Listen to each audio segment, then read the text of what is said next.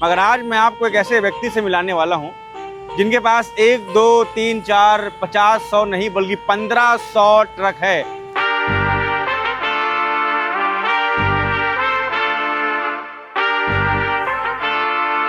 पहले वो जूस यानी कि गन्ने का जूस की दुकान में काम करते थे, वहां से लेकर के कैसे वो 1500 ट्रक का जो एम्पायर है, जो साम्राज्य है, वो खड़ा करते हैं।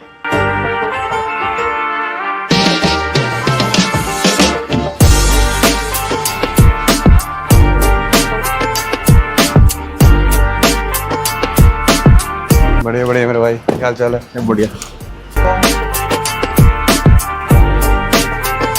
जैसे 1500 ट्रक है, वो कहाँ कहाँ है पता होता है आपको? 15 ट्रक, हाँ, पूरा सॉफ्टवेयर में हम लोगों ने जीपीएस लगा होता होगा। जीपीएस भी रखा है, सॉफ्टवेयर बनाया हुआ है।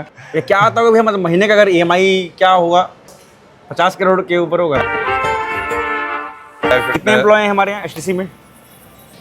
1500 गाड़ी जोड़ लो, 1500 तो ड्राइवर ही हो गए। 4-5-1 आदमी, 4-5 हज़ार। ट्रक लाइन का काम होता है, लोग माफिया काम मांगते हैं कि माफिया लोग ये काम करते हैं। ट्रांसपोर्टर का दिल वैसे मजबूत हो जाता है। हाँ, क्या हुआ, आप 60 लाख की गाड़ी लाए और गई और जाके कहीं नदी में गिर गई।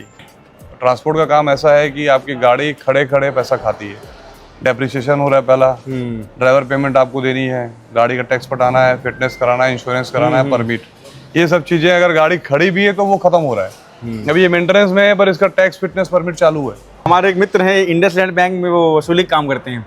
हाँ, वैसे बात हो रही थी उनसे, तो बोले कि मतलब छोटू भैया के यहाँ जाते हैं, पैसा मांगते नहीं है, बस चाय पी के आते हैं। वहाँ बोलना नहीं होता है, मैनेजर ने मना किया कि पैसा मांगना नहीं है वहाँ। उनका इतना ट्रक फाइनेंस हमारे यहाँ से, अगर वो बैंक चेंज कर ले तो हमको घाटा हो जाएगा। 500 ट्रक होगा उनके यहाँ से। हाँ, 500 गाड़ी। मतलब बैंक वालों को डर भी होता है कि बैंक ना चेंज हो जाए। एक टायर का रेट कितना होता है? एक टायर अभी आ रहा है आज की डेट में 40-42 हज़ार रुपए का। सोचिए 1500 ट्रक है और अपने 22 चक्का भी है, तो टायर का रेट ही कितना है ये? तो ये मान लिया जाए कि करोड़ों का एक्सपेंस जो है केवल पेट्रोल में जाता है। हाँ, डीजल तो बहुत लगता है। यहाँ हम लोग का मेनली जैसे गाड़ी का पंचर से लेके गाड़ी की बॉडी रिपेयरिंग, डाला रिपेयरिंग, हर काम यहाँ गोडाउन के इसके अंदर ही होता है। अगर किसी गाड़ी कहीं एक्सीडेंट हुआ तो वहीं आएगी बनने? हाँ, यहीं आएगी। अच्छा, हाँ, यहीं आग बनेगी। मतलब कहीं बाहर नहीं जाती? नहीं। हाँ, मेंटेनेंस पूरा यहीं कराते हैं हम लोग खुद। अब सबसे महंगी ट्रक कौन सी है? महंगी तो अभी 16 चक्के ही सबसे बड़ी गाड़ी है। कितने की आती है वो? 1-1 करोड़ के आगे है। 1 करोड़ का एक ट्रक है। एक ट्रक कितना कमा के देती है और क्या एक्सपेंस होता है उसका? मतलब क्या खर्च होगा महीने का और क्या कितना कमा के देगी? सैलरी क्या होती है ड्राइवरों की? एक ड्राइवर कम से कम गाड़ी निकलती है और रास्ते में ड्राइवर रोक के पेट्रोल डीजल निकाल लेते हैं, ऐसे ये कैसे मालूम पड़ा गाड़ी से डीजल निकल रहा है? तो आज मतलब कितने करोड़ के आदमी हैं आप? कितना चल रहा है? तो एक दिन के लिए अगर सारी गाड़ियां रुक जाएं, आपकी 1500 ट्रकें रुक जाएं, तो कितना नुकसान होगा आपको? खेल नहीं है बच्चों का, तेल निकल जाता है अच्छों का। नमस्कार, सादर प्रणाम। सत्यम पांडे नाम है हमारा और आप लोग द लोक रस देखना शुरू कर चुके हैं। इससे पहले लगातार मैं आप लोगों को कभी शव वाहन जो चालक होते हैं उनकी कहानी दिखा रहा था, कभी मरचूरी के असिस्टेंट है उनकी कहानी दिखा रहा था, तो कभी जो शमशान के केयर टेकर हैं उनकी कहानी आप लोगों के बीच लेकर के आ रहा था। मगर आज मैं आपको एक ऐसे व्यक्ति से मिलाने वाला हूं जिनके पास 1 2 3 4 50 100 नहीं बल्कि 1500 ट्रक है। अगर उन्हें छत्तीसगढ़ का जो ट्रक किंग यानी ट्रांसपोर्ट किंग कहा जाए तो भी गलत नहीं होगा। तो कैसे कोई व्यक्ति 1500 ट्रक को मैनेज करता है? वहीं जब एक कहावत भी चलती है कि ट्रांसपोर्ट लाइन जो है ये खेल नहीं है बच्चों का, इसमें तेल निकल जाता है अच्छों का। जहाँ पर एक टायर की रेट जो है 40,000 है, आप सोचिए 1500 जो ट्रक है उसके टायर का रेट क्या होगा। और हनी सिंह ने एक महान गाना लिखा था जिसमें उन्होंने कहा था कि एक हफ्ते में मेरी गाड़ी फलाना तेल खाती है। तो सोचिए 1500 ट्रक कितना तेल खाती होगी, यानी कि टायर और तेल का अगर आप हिसाब लगा लें तो करोड़ों में इसी का खर्चा जाता है। तो आज चलेंगे और एचटीसी कंपनी कैसे चलती है और कैसे 1500 जो ट्रक हैं उनका साम्राज्य कैसे चलता है, चल के बातचीत करेंगे और समझेंगे कि मैंने ये भी सुना है कि पहले वो जूस यानी कि गन्ने का जूस की दुकान में काम करते थे, वहाँ से लेकर के कैसे वो 1500 ट्रक का जो एम्पायर है, जो साम्राज्य है, वो खड़ा करते हैं। चलिए चल कर बातचीत करते हैं। 4.5 तो चाय आ गई, लो इधर। आप एकदम फिट लग रहे हैं। जिम करते हैं आप? जिम रेगुलर है। हाँ। और मीठे का ध्यान रखते हैं? मीठा बिल्कुल नहीं जी। चाय भी हमारे यहाँ गुड़ वाली रहती है। मैं चीज़ और देखता हूँ, आपके यहाँ जो भी आता है वो आप खाना खा के भेजते हैं उसको। खाना यहाँ डेली करीब हम लोग के यहाँ 350-400 आदमी का खाना बनता है, तो वो हम लोग सब मिलके खाते हैं यहाँ। अब खाने के टाइम में जो भी आएगा वो बिना खाए जाएगा नहीं। 450 लोग खाना ही बनता है रोज। हाँ, डेली जितने स्टाफ हैं और आसपास के लोग जो हैं, सामने ट्रांसपोर्ट वगैरह कुछ लोग हैं, मैकेनिक लोग, तो बाहर हमारी कैंटीन है, सब वहाँ खाना खाते हैं। और आने जाने वाले कुछ लोग रुक जाते हैं गांव के अगल बगल के, वो भी खा के जाते हैं। भगवान की दया से खाना सबको पूरा हो जाता है। मतलब ये शुरू अपना नियम है। हाँ, ये नियम है। जो और भी ये आज का नहीं है, आज ये हाँ 2500 साल से चल रहा है, ये ज़्यादा ही हो गया होगा जब। अब इस कहानी बड़ी दिलचस्प है। मतलब गन्ने का जूस में आप काम करते थे दुकान में, वहां से लेके यहाँ तक का सफर आपने तय किया है। जी जी।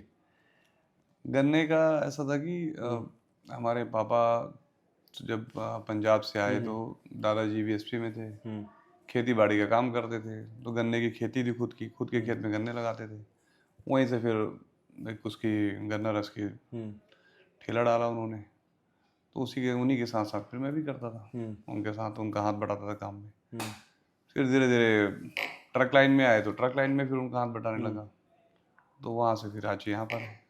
लेकिन ये बात ये भी चलती है कि ट्रक लाइन में जो काम है ये खेल नहीं है, बच्चों का तेल निकल जाता है बच्चों का। ठीक बात है कि नहीं? अच्छा है, ये तो अच्छा डायलॉग मारे हो।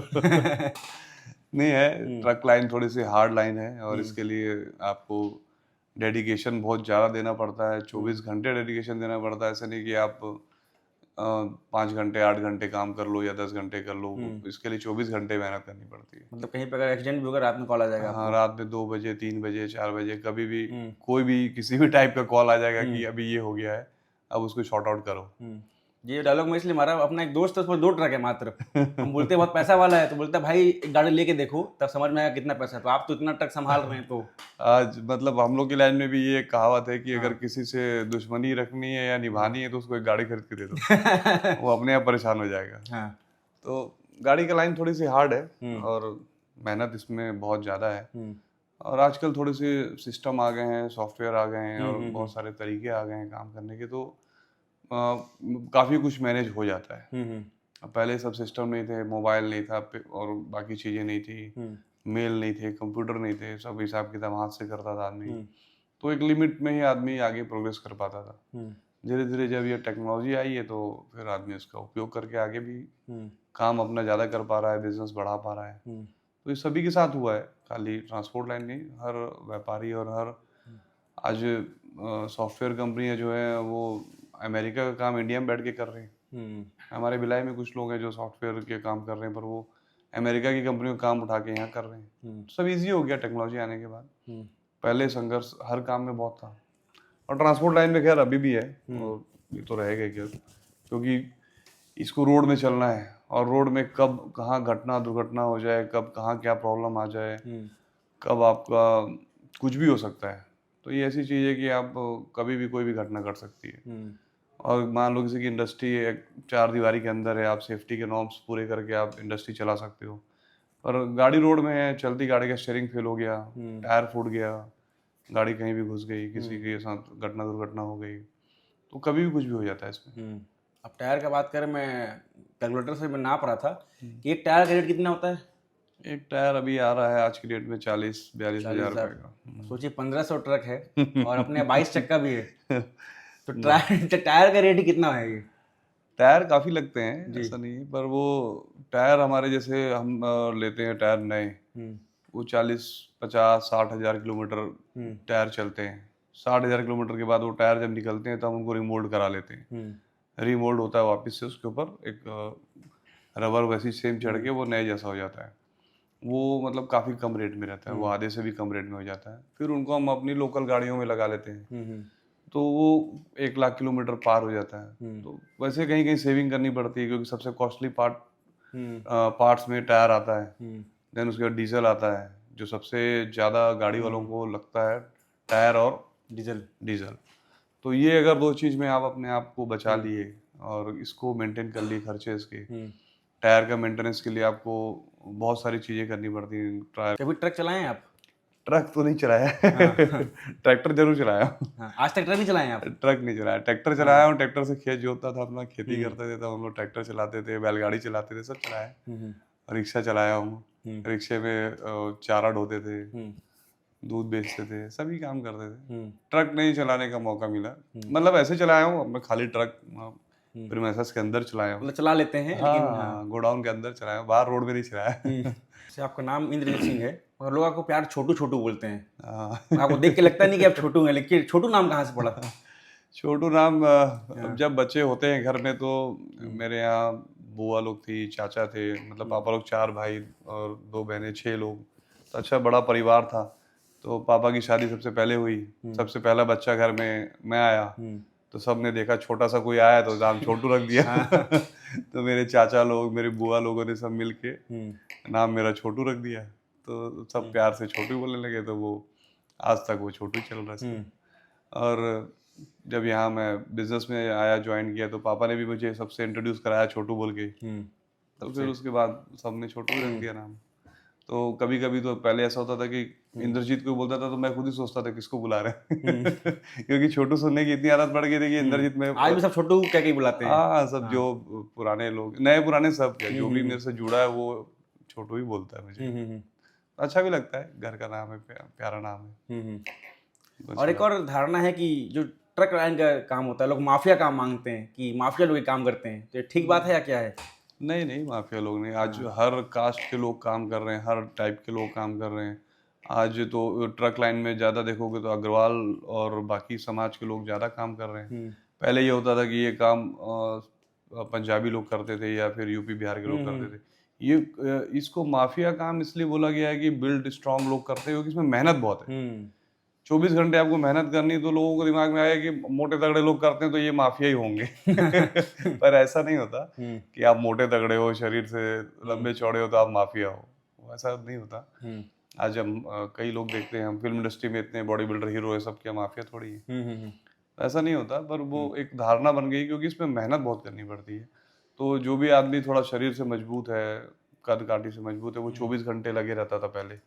और आजकल तो आप बैठे बैठे व्यापार कर रहे हैं लोग ट्रांसपोर्ट का। तो जितने अग्रवाल समाज के लोग हैं, जैन समाज के लोग हैं, सभी समाज के लोग आज ट्रांसपोर्ट लाइन में काम कर रहे हैं और अच्छा कर रहे हैं, बड़े रूप में कर रहे हैं। तो इसमें ऐसा कुछ नहीं है कि कोई माफिया ही इस काम को कर सकता है, हर आदमी कर सकता है, आप भी कर सकते हो।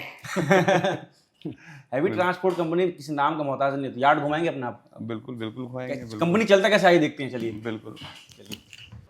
तो ये यार्ड जो है कितना एकड़ फैला हुआ है? ये करीब 5 एकड़ में। 5 एकड़। 5 एकड़। इधर आ जाते हैं। ऐसे ही सेम एक यार्ड बलौदा बाजार में भी है हमारा। अच्छा। बलौदा बाजार में भी जहाँ काम चलता है हमारा, वहाँ भी यार्ड बना हुआ है। तो कहाँ कहाँ यार्ड है अपना? बलौदा बाजार में मेन एक सेंटर पॉइंट बना है। हाँ। एक ये हो गया, एक बलौदा बाजार हो गया, क्योंकि उधर से गाड़ियाँ जो यूपी बिहार चलती हैं वो वहाँ मेंटेन होती हैं, और इधर महाराष्ट्र एमपी की गाड़ियाँ और सेल में काम चलता है उसकी गाड़ियाँ, FCI का काम है, चावल का काम है, धान का काम है, सबका अलग अलग डिवीज़न बना हुआ है। और अपने हिसाब से सब अलग अलग जगह मेंटेनेंस होता है, अलग अलग जगह ड्राइवर को मेंटेन किया जाता है, सब जगह अलग अलग सिस्टम बना हुआ है। यहाँ हम लोग का मेनली जैसे गाड़ी का पंचर से लेके गाड़ी की बॉडी रिपेयरिंग, डाला रिपेयरिंग, हर काम यहाँ गोडाउन के इसके अंदर ही होता है। मतलब गैरेज भी यहीं पे अपना? पूरा टोटल गैरेज ही है। अच्छा। मतलब यहाँ हर गाड़ी का मेंटेनेंस यही होगा।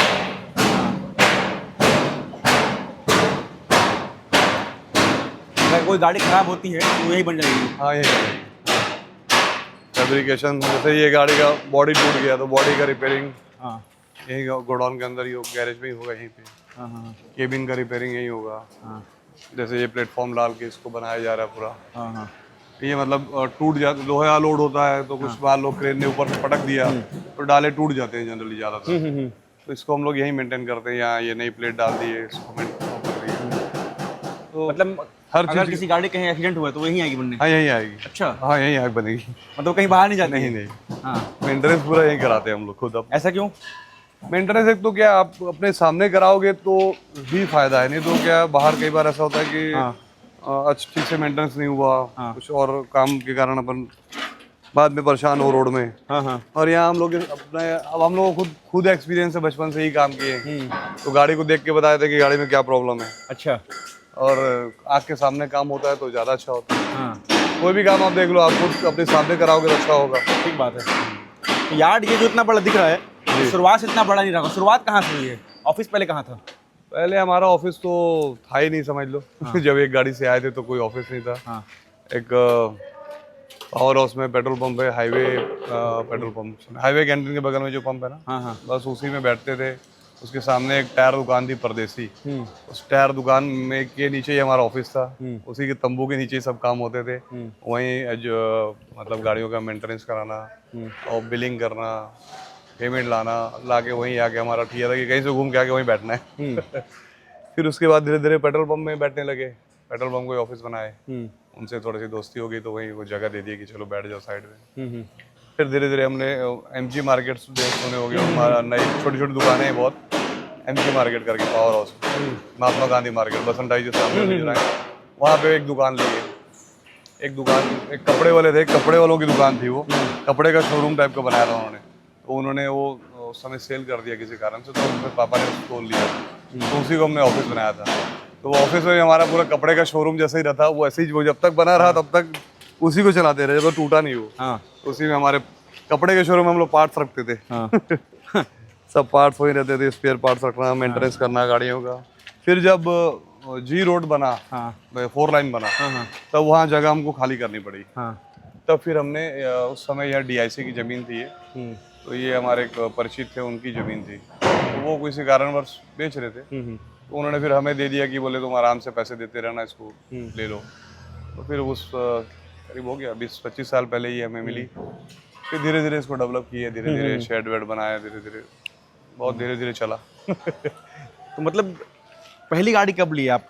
और पहली कितनी गाड़ी पापा ने ली थी, ट्रैक्टर ट्रॉली चलती थी पहले। हाँ। जैसे ये देखो अभी ये सब यही केबिन यही बनना हर गाड़ी का, सब यही काम होता है। पहली गाड़ी फोटो भी लगा हुआ है वहाँ पर। हाँ, फोटो कहीं ना कहीं फोटो लगी रहती है। ट्रैक्टर ट्रॉली जो पहले चलती थी, हिंदुस्तान ट्रैक्टर आते थे, उसके पीछे एक ओपन ट्रॉली रहती थी। वो जब बीएसपी स्टार्ट हुआ ना, तब यहाँ पे कच्चा लोहा निकलता था, बहुत बड़े बड़े स्कल आते थे, बहुत हैवी लोहे आते थे, वो निकलते थे, और वो अगल बगल की इंडस्ट्री वाले सब खरीदते थे। तो उसमें हमारे पापा के कुछ दोस्त पहले से काम करते थे, तो उन्होंने पापा को अप्रोच किया कि आप गाड़ी लो। उस समय मेरी पैदाइश हुई थी, 1-2 साल का था मैं। तो उस समय फिर उन्होंने एक ट्रैक्टर लिया और एक ट्रॉली ली, ट्रैक्टर ट्रॉली जोड़ के फिर उन्होंने काम चालू किया। तो प्लांट में उन्होंने मतलब वो बहुत ज़्यादा मेहनती थे, बहुत मेहनत थे। तो वो लोगों की गाड़ी अगर एक ट्रिप मारती थी तो उनकी गाड़ी 2 ट्रिप मारती थी, क्योंकि वो गाड़ी के पीछे स्कूटर लगा के अपने इसको ले जाना, उसको खाली कराना, फिर खाली करा के ला के देन फिर लोड करा लेना। तो ऐसे उन्होंने बहुत संघर्ष किया, बहुत ज़्यादा संघर्ष किया। 24 घंटे रात दिन वो, हम लोग तो कई कई दिन बीत जाते थे, उनकी शक्ल नहीं देखते थे कि पापा किधर है। कई दिन बाद मिलने को होता था, क्या आए हैं आज, या वो आते रात में लेट थे, हम लोग सो जाते थे, जब हम उठते थे वो चले जाते थे।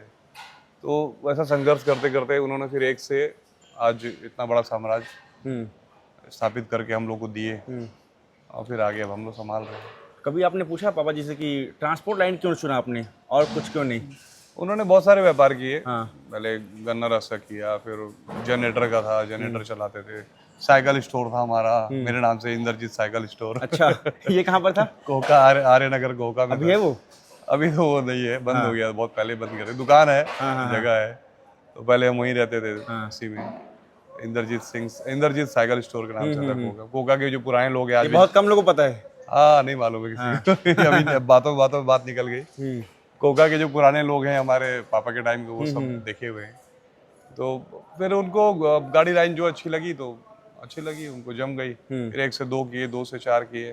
फिर जैसे जिस फैक्ट्री वालों को जरूरत रहती थी गाड़ी, उस समय गाड़ियाँ नहीं थी लोगों के पास। अब फैक्ट्री को माल उठाना है, यहाँ लोगों की फैक्ट्री बढ़ रही थी। बिलासपुर प्लांट लगने से क्या हुआ, सबके पास काम आया, BSB के, BC, ये सब धीरे धीरे ये भी बहुत छोटी छोटी इनकी दुकानें थी, लेथ वर्क का काम था इनका। धीरे धीरे ये प्लांट लगाया, तो इनको भी रिक्वायरमेंट थी माल उठाने की। तो कुछ पापा के ऐसे दोस्त थे जो उन्होंने इंडस्ट्री लगाई, तो उन्होंने उनको खुद ही फाइनेंस किया कि आप गाड़ी खरीदो और हमारा काम करो। और धीरे धीरे पैसे कटवाते रहना। अब गाड़ी तुम्हारी फ्री हो जाएगी जब तुम हमारा ही काम करते रहो। तो ऐसे कुछ लोगों ने मदद की, तो वो एक गाड़ी से हमारी 10-20 गाड़ी हो गई, 20-25 होते गई, बढ़ते गई, लोगों का काम बढ़ता गया। तो फिर हमें चौरदा में रेलवे यार्ड का काम मिल गया। चौरदा में एक रेलवे यार्ड बना, वहाँ का काम मिला। दुर्ग में रेलवे यार्ड बना, उसका काम मिला। भिलाई में रेलवे यार्ड बना, उसका काम मिला। वहाँ फिर और गाड़ियों की रिक्वायरमेंट बढ़ गई। फिर बैंक फाइनेंस होने लग गया। फिर बैंक से हम लोगों ने लोन लिया, गाड़ियाँ फाइनेंस कराई। फिर बाहर का कुछ काम हम लोगों ने स्टार्ट किया। रायगढ़ में जिंदल प्लांट नया नया चालू हुआ। तो जिंदल के एक लोहा निकलता था, लट्ठा बोलते थे उसको, मतलब गोल लोहा रहता था, मतलब गाड़ी के साइज का। ऐसा लगता था पाइप है, पर वो ठोस लोहा रहता था। तो वो उनकी बॉम्बे फैक्ट्री लगी पाइप बनाने की। यहाँ से बॉम्बे जाता था माल वो। उसके लिए उनको बहुत गाड़ियों की रिक्वायरमेंट आई अचानक से। तो फिर हम वहाँ जिंदल में भी गाड़ियाँ ले के हम लोगों ने लाइन का काम चालू किया बॉम्बे का। फिर उसमें गाड़ियाँ बढ़ाए। तो फिर धीरे धीरे जब आप थोड़े से फाइनेंस लेने लायक हो जाते हो, बैंक को आप पे बिलीव हो जाता है, तो फिर वो गाड़ियाँ बैंक से मिलना चालू हो जाती है।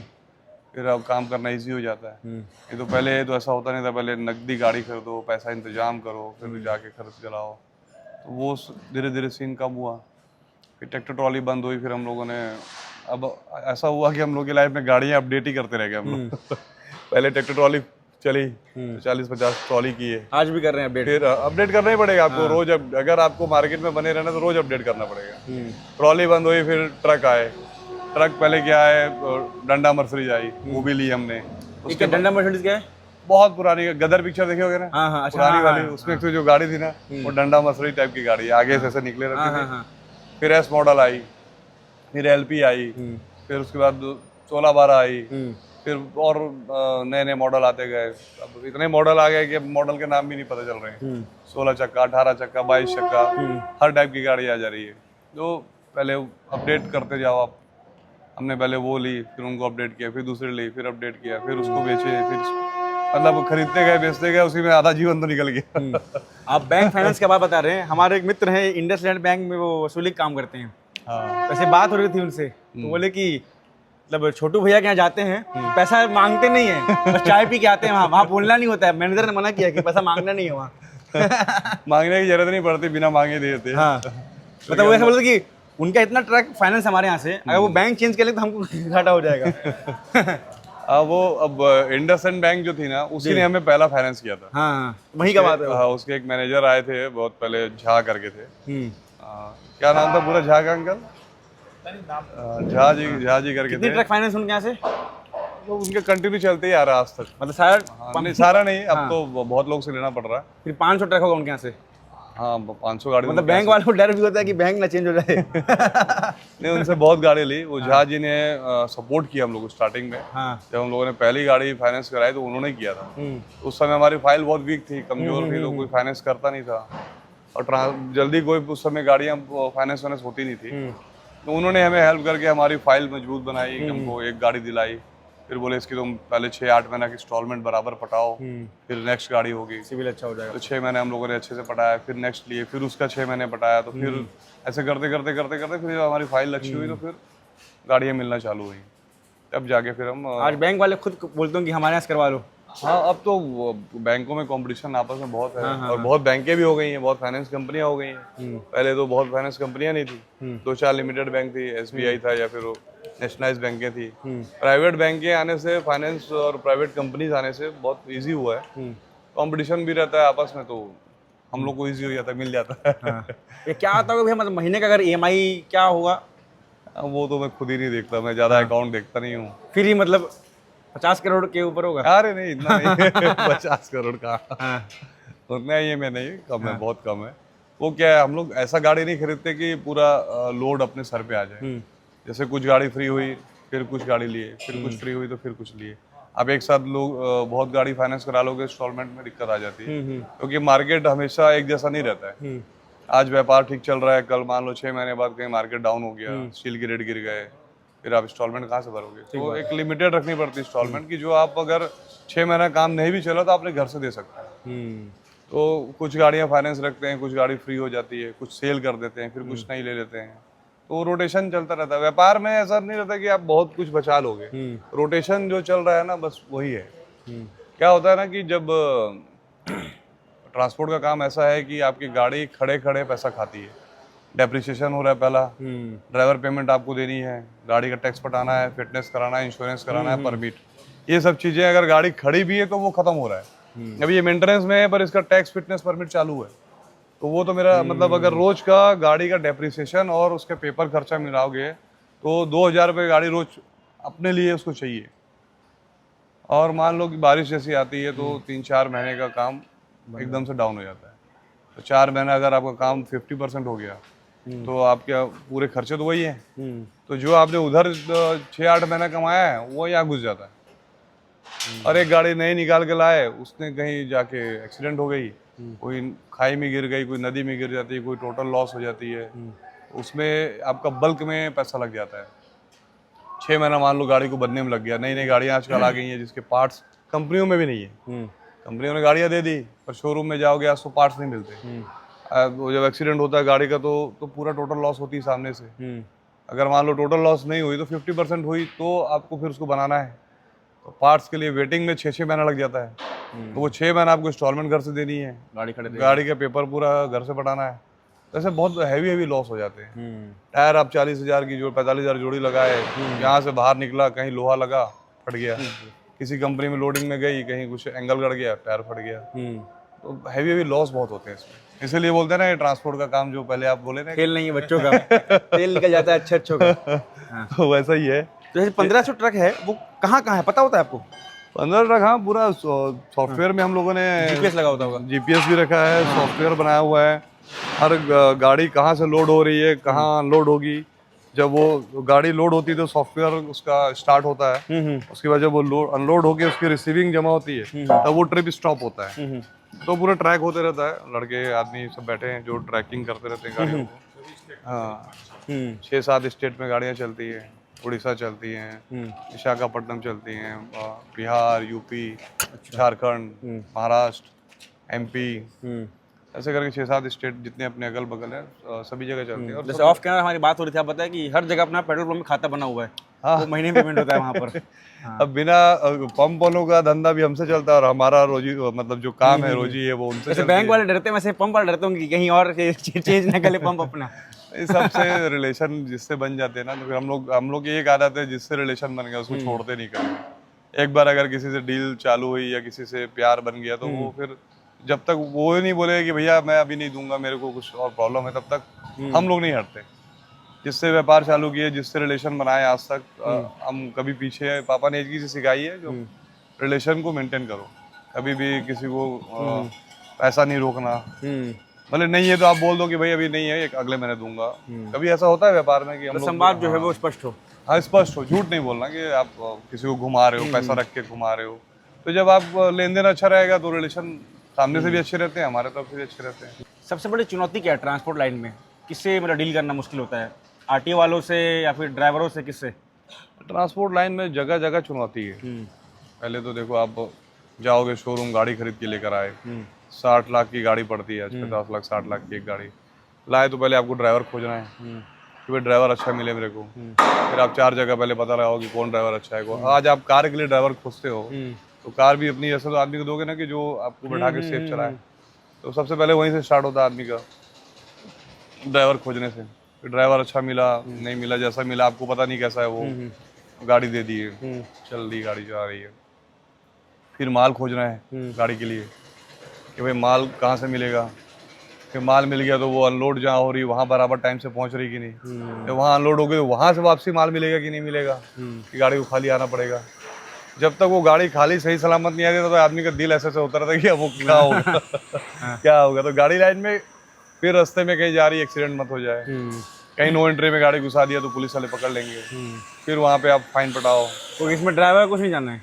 ड्राइवर का क्या जा रहा है, ड्राइवर को अब क्या गलतियाँ होती रहती है इंसान से, ड्राइवर से भी गलती होगी तो वो क्या ही कर लोगे उसका आप। हमसे गाड़ी कई बार सिग्नल में घुस जाती है तो आप क्या कर लोगे, तो फाइन पटाओ। तो फिर उसके लिए मतलब फाइन पटाना इतना इजी नहीं होता। कई बार ऐसा होता कोर्ट में केस हो गया और गाड़ी बिहार में है, यहाँ से आदमी बिहार जाएगा या फिर बिहार में टीम है, उनको बोलो कोर्ट जाओ। हर स्टेट के कोर्ट के नियम अलग हैं, कहीं गाड़ी 1 हफ्ते में छूट रही है, कहीं 10 दिन में छूट रही है, कहीं पर ज़्यादा फाइन है, कहीं पे कम फाइन है। आजकल ऑनलाइन फाइन हो जाते हैं, गाड़ी चलते चलते जा रही है, ऑनलाइन फाइन हो गया, जब बाद में पता चलता है 1 महीने बाद की गाड़ी में फाइन हुआ पड़ा है। तो बहुत सारी चुनौतियां हैं, गाड़ी शोरूम से निकलने के बाद चुनौती चालू। स्किल कितना मैंने ड्राइवर के लिए, मतलब कैसे देखते हैं आप स्किल ड्राइवर का, कि ड्राइविंग स्किल कितना अच्छा है उसके अंदर?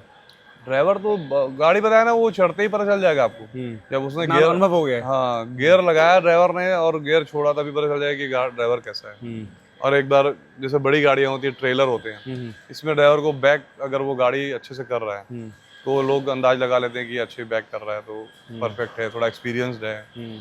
आगे अगर ठीक से क्लच छोड़ के गाड़ी को बराबर उठा रहा है, लोड गाड़ी को, क्या है जब गाड़ी में 30-40 टन माल लोड रहे तब उसको जो चलाने वाले के अंदर बहुत हिम्मत और बहुत एक्सपीरियंस चाहिए रहता है। जब वो आप देखोगे आपको खुद ही समझ आएगा कि भाई इस आदमी में एक्सपीरियंस है, कितने आराम से गाड़ी को उठा के लेके जा रहा है। मतलब जब गाड़ी को उठाते हैं ना रेस देके, तब वो एक तरीका होता है। अब आप ही कार चलाओगे, भग से क्लच छोड़ दोगे तो कैसा होगा, गाड़ी ऐसे उछलेकर बंद हो जाएगी। वही समझ आ रहे तू, तेरे को नहीं आ रही, तू बैठ अभी मैं चलाता हूँ। ये अपन ही लोग करते हैं, किसी अपने दोस्त को देते हैं गाड़ी, नहीं चला पाता तो रुक मैं तेरे को सिखा रहा हूँ। तो क्लच जो छोड़ने का तरीका है ना, और ड्राइवर का प्यार गाड़ी से दिख जाता है, गाड़ी की साफ सफाई, मेंटेनेंस, गाड़ी को पूरा घूम के देखेगा। तो बहुत से ड्राइवर लोग गाड़ी को दुल्हन की तरह रखते हैं, सजा कर। हाँ, वो हर ड्राइवर की पहले उसकी भी तो रोजगार, उसका परिवार, उसका हर कुछ तो गाड़ी से ही चल रहा है ना। तो ड्राइवर को भी गाड़ी से उतना ही प्यार रहता है जितना मालिक को रहता है। उसका भी रोजगार है, वो उसका भी परिवार उसी से चलता है। मतलब ड्राइवर वही अच्छा जो गाड़ी से प्यार है। हाँ, और ड्राइवर 100% ड्राइवर प्यार ही करते हैं कि उसको मालूम है मेरा रोजगार इसी चलना है। और जैसे हमको मालूम है हमारा व्यापार है तो हम इस व्यापार से प्यार करते हैं ना। आप बोले कि भाई गुंडों का क्या है, बहुत माफिया का काम होता है, माफिया का काम है, पर भाई हमारा तो व्यापार है, हमारे लिए तो यही हमारी जान है, तो हमको तो इसी से प्यार है। तो वैसे ही ड्राइवर को भी उससे काफी प्यार है। क्या सैलरी क्या होती है ड्राइवरों की?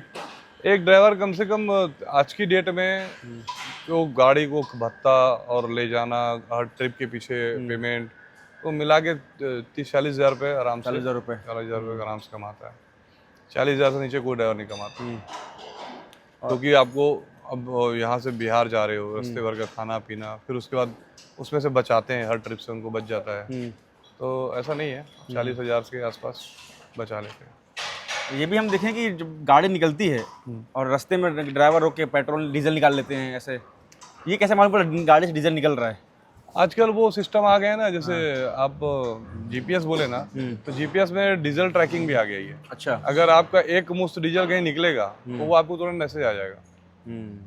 आजकल उतना वो सिस्टम नहीं रह गया, और गाड़ियां ऐसी आ गई हैं कि डीजल उसमें, लेकिन ड्राइवर भी एक से खिलाड़ी है, वो अपना निकाल ही लेते हैं। नहीं, आजकल क्या होता है ना, आजकल ड्राइवर भी नहीं निकाल रहे हैं, आजकल एक गैंग घूम रही है। आजकल क्या बहुत दिनों से घूम रही है, वो जीप या बोलेरो में रहते हैं, वो टुल्लू पंप रखे रहते हैं गाड़ी में। ड्राइवर कहीं अगर ढाबे में गाड़ी लगा के सो गया, अगर उसकी टंकी रोड तरफ है तो वो आएंगे रात में और उसको टंकी को बस तोड़ेंगे, लॉक को, और पाइप डाले मोटर वाला, और मोटर चालू करते हैं और अपनी गाड़ी में पूरा डीजल शिफ्ट कर लेते हैं। अपनी गाड़ी में ड्रम रखे रहते हैं 200 लीटर के, पूरा डीजल शिफ्ट किए और विद इन ए मिनट करके भाग जाते हैं।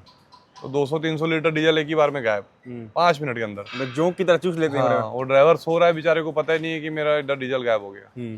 तो ऐसे असामाजिक लोग भी हैं हमारे जो लगे रहते हैं कहीं ना कहीं नुकसान करने में। तो वो ड्राइवर उसमें कुछ नहीं करता बेचारा, करने वाले करके चले जाते हैं। फिर ड्राइवर भरता है कई बार बेचारा कि भाई ठीक है मैं भरूंगा, भाई मेरे नाम पे चढ़ाओ। हम लोग चढ़ाते भी नहीं, क्या करें, उसकी क्या गलती है। एक गाड़ी का अगर बात करें अप्रॉक्स कितना तेल खाती है, जैसे हनी सिंह गाना है ना कि एक हफ्ते मेरी गाड़ी इतना तेल खाती है, तो अपनी ट्रक कितना तेल खाती है? तो काम के ऊपर रहता है, ऐसा कुछ नहीं रहता है कि जब जितना काम मिल जाए। काम अगर अच्छा मिल गया तो ज़्यादा डीजल की खपत है, काम कम है तो गाड़ियाँ खड़ी हैं, ये भी खड़ी गाड़ियों में डीजल कम लगता है। फिर अनुमान क्या है, हम लोग बात कर रहे थे कि कितना लग जाता है वो डीजल? क्या हम कभी जोड़े ही नहीं हम लोग ऐसा। अब सब क्या है ना, कई ठो पंपों में चलता है। कभी इधर भरा ली, इधर वाली गाड़ी अगर यूपी गई है तो वहाँ भरा लेगी, बिहार गई तो वहाँ भरा लेगी, वहाँ से वापस आ रही है तो उधर से लेके आएगी, इधर से जा रही तो इधर से लेके जाएगी। बलौदा बिहार में 4-5 पंप वाले देते हैं, यहाँ पे 10-15 पंप वाले देते हैं, रास्ते में कई पंपों में अकाउंट है। तो ये मान लिया जाए कि करोड़ों का एक्सपेंस जो है केवल पेट्रोल में जाता है। हाँ, डीजल तो बहुत लगता है, डीजल सबसे बड़ा तो वही है, खर्चा ही डीजल ही है, डीजल और टायर मतलब ट्रक ट्रांसपोर्ट लाइन में सबसे बड़ा खर्चा होता है पेट्रोल डीजल, डीजल, दूसरा होता है टायर। टायर। अब गाड़ी खरीद के लाए शोरूम से तो सबसे पहले डीजल डालना है। टायर तो चलो अभी साल भर चलेंगे, हाँ। पर डीजल तो हर ट्रिप में चाहिए। और जितने अगर पंप में उधारी नहीं मिला तो आपको रोलिंग ही नहीं चलेगी आपकी। भाड़ा आपको 1 महीने बाद मिलना है और डीजल नकदी भराओगे तो होएगा ही नहीं। तो इसीलिए वो डीजल सब जगह से उधारी मिल जाता है, जहाँ रिलेशन है वहाँ से, और कई अपने यार दोस्तों के पंप हैं वहाँ से मिल जाता है। तो डीजल का जुगाड़ हो जाता है। और जुगाड़ ही करना पड़ता है। आज कहाँ से मिलेगा, आज कहाँ से मिलेगा, हो जाता है। जैसे आज आप इस मकाम में पहुंचे हैं कि एचटीसी का नाम जो है वो छत्तीसगढ़ पूरे भारत में भी है, 4-5 राज्य में लोग काम कर रहे हैं। कभी ऐसा लगा स्ट्रगलिंग फेस में कि मामला बिगड़ रहा है या फिर हम लॉस में जा रहे हैं? कई बार लाइफ में लॉकडाउन आया तो सारी गाड़ी रुकी होंगी। लॉकडाउन में बहुत नुकसान हुआ था। हम लोग तो पूरा वापस चले गए थे। हाँ। कि जब पहला लॉकडाउन हुआ तो कुछ समझ नहीं आया कि क्या होगा क्या नहीं होगा। हम लोग उस समय इंस्टॉलमेंट भी पटाते रहे कि चलो 2 महीना, 1 महीना, 15 दिन ठीक हो जाएगा। 3 महीना रहा। और लॉकडाउन जब भी आता था, कब आता था? फरवरी मार्च में आता था, वो सीजन होता है। अप्रैल मई चलता था, जून से बारिश चालू हो जाती थी। तो 3 महीना पूरा काम बंद, 3 महीना काम 50%। तो ऐसे करके 2 साल हो गए। अगले नेक्स्ट ईयर फिर आ गया। पहले 20 में आया, फिर 21 में आया। तो 21 का जब लॉकडाउन आया था हमारी पूरी इंस्टॉलमेंट टूट गई। एक भी इंस्टॉलमेंट नहीं गई। तो बहुत हैवी लॉस हुआ। उससे निकलने में हम लोग की अभी तक हालत खराब है। अभी तक वो मॉडिटोरियम लिए, फिर कुछ रीफाइनेंस कराए, कुछ गाड़ियों को किस्तों को एक्सटेंड कराए, किस्तों को छोटी कराए। तो बहुत हैवी लॉस हुआ। अब पूरे स्टाफ को हम लोगों ने किसी का भी पेमेंट नहीं रोका। सबको पूरा लॉकडाउन पेमेंट गया यहाँ पूरा पेमेंट दिया, हर आदमी को पेमेंट दिया, गाड़ियों के पूरे टैक्स पटाए। फिर कितने एम्प्लॉय हैं हमारे यहाँ एचटीसी में? 1500 गाड़ी जोड़ लो, 1500 तो ड्राइवर ही हो गए। हेल्पर भी होते होंगे? हेल्पर नहीं रहते, हेल्पर आजकल कम रहते हैं। तो 4-5 हज़ार आदमी, 4-5 हज़ार। सब मतलब पूरे लॉकडाउन में 4-5 हज़ार का सैलरी जो है वो बिना रुके गई है। देना ही पड़ेगा, नहीं तो फिर आपके पास स्टाफ अगर आज आप उनको मुसीबत में नहीं दोगे तो वो कल फिर आपके पास क्यों आएगा? वो कहीं और जाएगा जहाँ उसको मान सम्मान और पेमेंट मिलेगी। तो सबको पेमेंट देना पड़ा, गाड़ियों के टैक्स पटाने पड़े, फिटनेस पटाने पड़े, सब उसको अपडेट रखना पड़ा। लॉकडाउन के बाद एक और घटना ये हुई कि जब गाड़ियाँ जहाँ खड़ी रही, खड़े खड़े अगर मान लो 4 दिन गाड़ी स्टार्ट नहीं करोगे तो बैटरी खराब हो जानी। तो 1-2 महीना गाड़ियाँ खड़ी रही। पहले लॉकडाउन में 2 महीना खड़ी हुई। तो जब गाड़ियाँ स्टार्ट करने गए तो सबकी बैटरी खराब, टोटल गाड़ी की बैटरी खराब, सारी गाड़ियों की बैटरी खराब थी। खत्म। एक बैटरी कितनी की आती है? एक बैटरी आज 20,000 25,000 की आती है, बताइए। फिर पूरी बैटरियाँ खरीदे, फिर चालू किए, अगले साल फिर लॉकडाउन, फिर पूरी बैटरी खत्म। और बैटरी के साथ साथ गाड़ी जहाँ खड़ी हुई वहां से उसका टायर चोरी हो गया, किसी की बैटरी चोरी हो गई, किसी का टायर चोरी हो गया, किसी का कुछ सामान चोरी हो गया, गाड़ी में जैक, कुल मिला के डबल लॉस हो गया। बहुत लॉस हो, बहुत मतलब उसका मतलब जो चमचमाता हुआ बिजनेस लोगों को दिखता है कि हाँ इतना 1500 ट्रक है, उसके पीछे ये भी है। तो कर बताया ना, एक आपको बता चुके हो। हाँ। तेल निकल जाता वाला। तो कभी निराश हुए हैं आप कहीं बैठे हैं अकेले कि यार कैसे होगा आगे? बैठते हैं मैं और ये दोनों ही। हाँ। ये मेरा भाई बचपन से मेरे साथ है। हाँ। मतलब हम लोग दोनों ने जब उम्र होश संभाला तब से साथ में काम कर रहे हैं। ये मेरे सीनियर हैं, 3-4 साल पहले से काम कर रहे हैं। प्यार से अंकल कहते हैं। हाँ, 3-4 साल पहले से काम भी कर रहे हैं मेरे से, काम में भी सीनियर है, एज में भी सीनियर है। तो इन्होंने मुझे सिखाया भी बहुत कुछ, पापा ने और इन्होंने दोनों ने मिलकर मेरे को बहुत कुछ सिखाया, काम करना सिखाया, लोगों को डील करना सिखाया, कैसे डील करना है। तो हम लोग बैठ के कभी कभी चिंतन करते थे कैसे होगा अंकल, सक्सेस होंगे कि फेल हो जाएंगे, कि बोरिया बिस्तर लपेट जाएगा। तो बोले देखा जाएगा जो होगा। फिर अंकल का जवाब क्या था? देखा जाएगा जो फेल नहीं होंगे ही बोलता था। हाँ। फेल नहीं होंगे। लॉकडाउन में जब सारी गाड़ियाँ रुकी हुई है, गाड़ी नहीं चल रही है, बैटरियाँ खराब हो गई हैं, तब तो एक बार तो मन में आया हुआ कि अब जो नुकसान वैसे भी था, ईएमआई पटा रहे हैं आप लोग, मगर अब ट्रांसपोर्ट लाइन का बिजनेस ही ऐसा है कि इसमें नुकसान नफा देखेंगे तो फिर काम नहीं कर पाएंगे। तो जो हो गया हो गया, नुकसान भी होता है, जो हो गया हो गया। हाँ। इसमें चलते चलते गाड़ी पलटी करे तो भी नुकसान है। आपको प्रेजेंट में जीना है। हाँ। दिल बहुत मजबूत, मतलब ट्रांसपोर्टर का दिल वैसे मजबूत हो जाता है। हाँ। क्या हुआ, आप 60 लाख की गाड़ी लाए और गई और जाके कहीं नदी में गिर गई, तो अब बाकी 60 तो लाख की गाड़ी के ड्राइवर को आप दे दे रहे हो, दिल बड़ा है तभी तो दे दे रहे हैं। यहाँ तो लोग बाइक नहीं देते, आपके दोस्त से बाइक मांगोगे तो भी नहीं देंगे जल्दी। तो बिजनेस ही ऐसा है कि इसमें दिल बड़ा होना चाहिए, तभी आदमी सक्सेस होगा। फिर जब देखते हैं, याद करते हैं कि पहले कैसे करते थे ना, उससे तो अच्छा ही है, चलो फिर से लगो। चैरिटी में भी बहुत आप आगे रहते हैं, मतलब ऐसा भी मैं कई बार देखा हूँ कि लोग नेताओं के यहाँ भी दिख जाते हैं और यहाँ भी दिख जाते हैं, दोनों जगह आते हैं लोग। चैरिटी में ऐसा हॉस्पिटल भी है अपना, आप फ्री में इलाज भी करा रहे हैं ऐसे बहुत लोगों का। हाँ, हॉस्पिटल भी मैंने पापा के नाम पे खोला था। वो भी जब कोविड आया था तो मैं उसको कोविड सेंटर बना रहा था। ओपनिंग में हम लोग आए हुए थे। कोविड में लोगों ने ऑक्सीजन के कारण और कईयों को बेड नहीं मिलने के कारण बहुत डेथ हो रही थी, बहुत लोग तकलीफ में थे, और हम लोग को आए दिन फोन आते थे, हॉस्पिटल में एडमिट करा दो, कहीं कुछ करा दो, किसी को ऑक्सीजन। मेरे यहाँ जितने ऑक्सीजन सिलेंडर है सब मैंने उसका किट ले लेके सब लोगों के यहाँ भेज दिया था।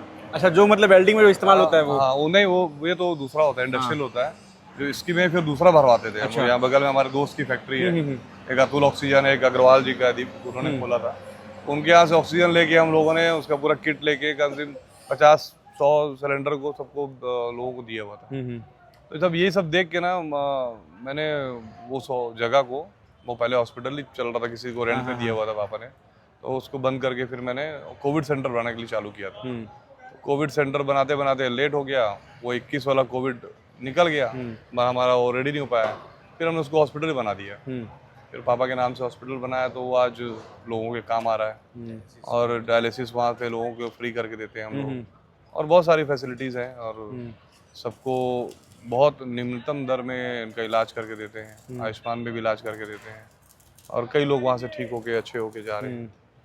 तो चैरिटी चालू ऐसे हुई कि पापा का जो था ना, वो संघर्ष बहुत किए थे जीवन में शुरू में, और बहुत ही ज़्यादा गरीबी देखे थे हम, बहुत गरीबी देखे, तो कई बार तो खाने को नहीं होता था घर में, वो सीन भी हमारे यहाँ रहा है मतलब में। हाँ, गन्ने का जो जूस होता है उसका दुकान, और आप क्या बताए, खेती की है, फिर जनरेटर से लाइट सप्लाई करते थे। ये छावनी थाने से बगल में हमारा वो साइकिल का दुकान में था, साइकिल दुकान, क्या नाम था? Indrajit cycle store. हाँ, और ऐसे ही बहुत सारे, और चारा बेचना, दही बेचना, दूध बेचना, मही बेचना, ये सब चलते रहता था। साइकिल में रख के मैं खुद दही बेचने जाता था, दही मही। अच्छा। और चारा काटते थे, दूध बेचते थे, बहुत सारे काम करते थे। ये मतलब ये धंधा नहीं, एम्पायर है अपने आप में। हाँ, एम्पायर बोल सकते हैं, जो बीरा सिंह का एम्पायर है ये। उन्होंने बना के दिया है, हम लोग उसके चौकीदार हैं। उन्होंने बहुत संघर्ष किया है, उसका ये देन है, उसके चौकीदार हैं हम लोग। तो राजनीति में आना चाहते हैं आप?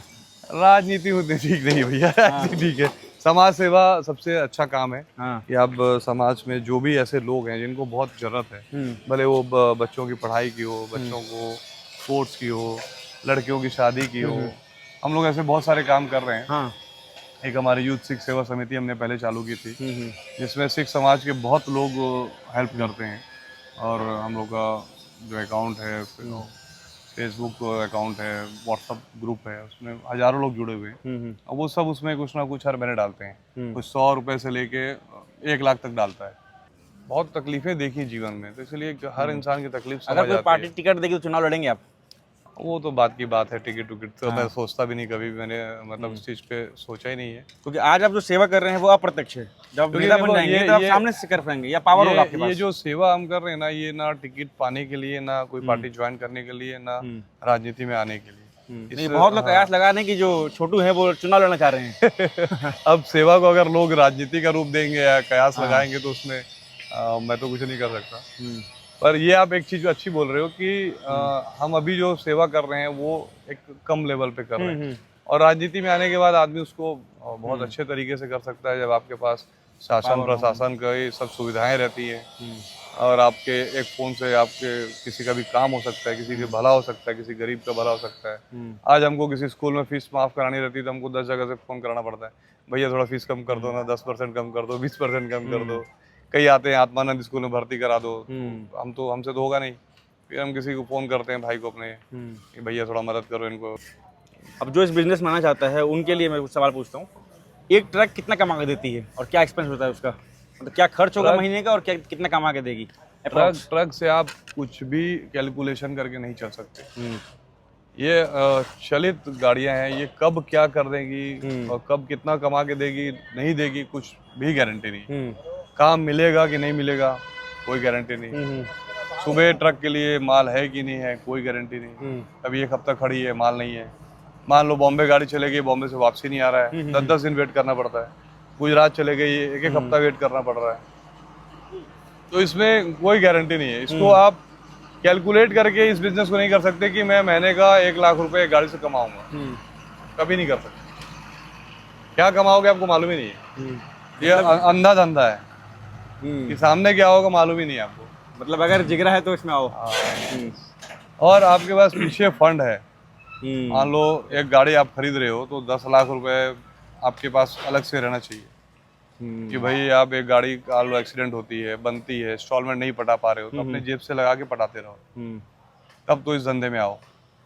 तो आजकल क्या होता है ना, बहुत सारे लोग मेरे पास आते भी हैं, परेशान होके आते हैं। तो वो क्या करते हैं, एक गाड़ी खरीद लेते हैं और फिर उसके बाद जब तक टायर अच्छे हैं तब तक तो चलता है।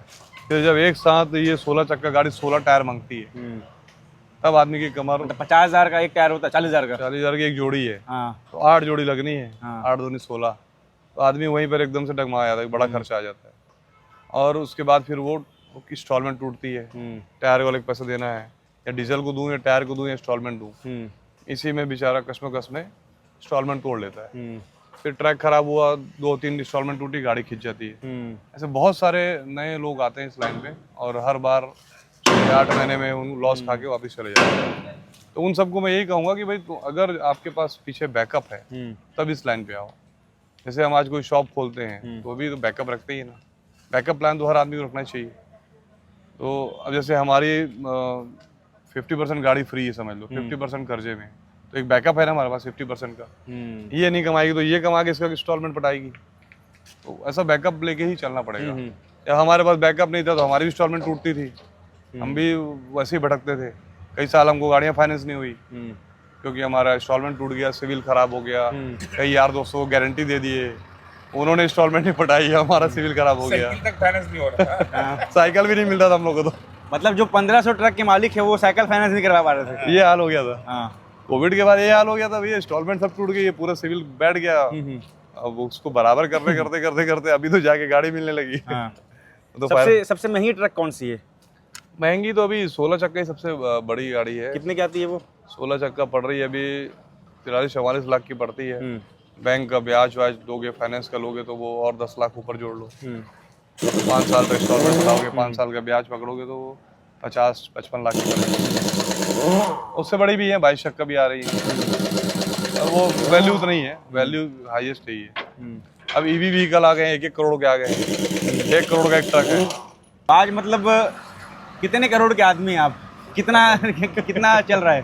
तो पता नहीं, करोड़ तो नहीं पता। पर तो मैं जब आपका इंटरव्यू करने आया, तीनों टाइम ये कि खाना खा रहे हैं आराम से बस।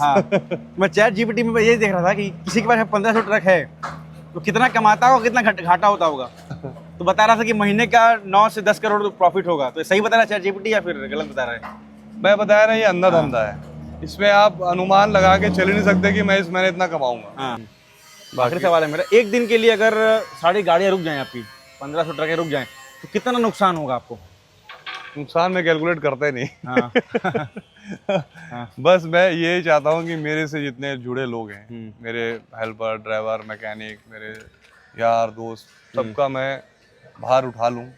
तो इतना ही पैसा चाहिए, ज़्यादा नहीं चाहिए। तो अंत में क्या बोलना चाहेंगे आप, जो लोग आना चाह रहे हैं या फिर हमारे चैनल के लिए? नहीं, चैनल के मैं व्यूवर्स को बहुत बधाई दूंगा, आप लोग को सबको, कि हमारे सत्यम भाई ने बहुत अच्छा चैनल चालू किया, द लोक रस, जो लोगों का एक नाम भी इतना अच्छा दिया, लोक रस।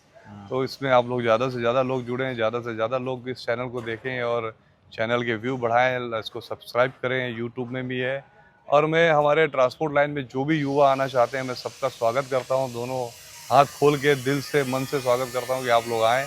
बहुत काम है, मैं अकेला इतना पूरा काम नहीं कर सकता हूं और ना करना चाहता हूं। तो मैं हमेशा जिस भी लाइन में जुड़ता हूं, मैं सोचता हूं कि मेरे साथ जितने भी लोग, ज़्यादा से ज़्यादा लोग जुड़ें और ज़्यादा से ज़्यादा लोगों को मैं मजबूत कर सकूं, अपने भाइयों को, अपने दोस्तों को। मैंने गाड़ी लाइन में भी बहुत मेरे दोस्तों को गाड़ियाँ लेके दी और उनको सबको आगे बढ़ाया, सबको मदद की कि भाई आपको गाड़ी में कैसे भी आगे बढ़ो, मेहनत करो, तो मैं सबको स्वागत करता हूँ। आप लोग आएँ, बस दिल से मेहनत कर रहे हैं, एक जज्बा लेकर आए कि हमें मेहनत करनी है 24 घंटे, अपने काम को अपने नशा अपना पैशन बना के उसके पीछे लगना है, तभी आपको सक्सेस मिलेगी। और आप सबका वेलकम है, बहुत बहुत स्वागत है, सब लोग आएँ। और जिसको भी जब भी इस लाइन से किसी भी चीज़ की ज़रूरत है, कुछ जानना है, जानकारी लेनी है या मेरी मदद की कभी ज़रूरत है, तो मेरे दिल के दरवाजे हमेशा खुले हैं। आप लोग कभी भी आके मुझसे मिल सकते हैं, जानकारी ले सकते हैं। दिल के दरवाजे का एड्रेस क्या है? बस इंदर छोटू इंदर परिवार में जुड़े। हमने अभी नया बनाया इंदर परिवार। हाँ। जो मेरे जितने भी साथ के मेरे यार दोस्त, मेरे चाहने वाले सब उसमें जुड़े हुए हैं और हम एक परिवार बना के काम करने में बिलीव करते हैं। बल्कि टीम नहीं बनाते हम लोग परिवार बनाते हैं। तो जितने भी मेरे यहाँ लोग जुड़े हैं, जो मेरे स्टाफ भी हैं, कोई भी, वो एक परिवार का हिस्सा है मेरे। तो मैं हमेशा परिवार ही बोलता हूँ सबको। तो इसीलिए हमारे सब भाइयों ने मिलके इसको इंदर परिवार का नाम दे दिया। तो इंदर परिवार के दरवाजे खुले हैं, आप लोग कभी भी आए, आप लोग की पूरी भरपूर मदद की जाएगी। धन्यवाद छोटू, बहुत बहुत धन्यवाद। एक बार कैमरे में देख रहे हैं मलकीत, आप भी, ये धंधा खेल नहीं है बच्चों का, तेल निकल जाता है अच्छे का। एक बार कैमरे देख के बोलेंगे भैया, ये धंधा नहीं है बच्चों का। ये धंधा खेल नहीं है बच्चों का। अच्छा, धंधा खेल नहीं है बच्चों का। तेल निकल जाता है अच्छों का। साथ में एक बार। अरे नहीं, सब कोई किसी का तेल नहीं निकलेगा, सब आओ। धन्यवाद भैया। हर धंधे में ऐसी है भैया, तेल नहीं निकलने देंगे हम। आप जो कर रहे हैं इसमें भी तेल निकल ही रहा है।